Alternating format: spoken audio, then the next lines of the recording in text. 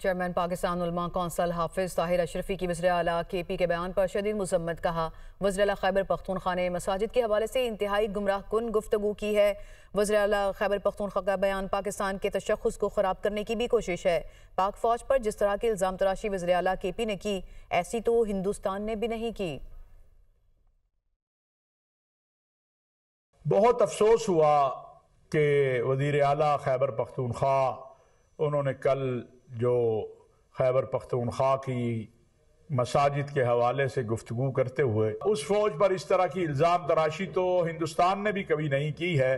وزیر اعلیٰ خیبر پختونخوا کو خیال آنا چاہیے تھا کہ وہ کیا بات کر رہے ہیں۔ وہ فوج جس کی اساس ایمان، تقوی، جہاد فی سبیل اللہ ہے، وہ فوج جو ایک بڑی جنگ دہشت گردی کے خلاف لڑ کر کامیاب ہوئی ہے، اور اب ایک بار پھر جو ہمارے ملک پر جنگ مسلط کرنے کی کوشش کی جا رہی ہے، اس کا مقابلہ کر رہی ہے، وہ فوج جس کی اپنی مساجد کے اندر دہشت گردوں نے آ کے پریڈ لائن مسجد ہو یا اور میں کئی مثالیں دے سکتا ہوں، نشانہ بنایا ہے، پولیس لائن پشاور ہو، باجوڑ میں ہو، اور میں سمجھتا ہوں کہ اس کے اوپر ہمارے جو تحریک انصاف کے لوگ ہیں ان کو بھی کوئی عقل اور شعور ان کو دینا چاہیے۔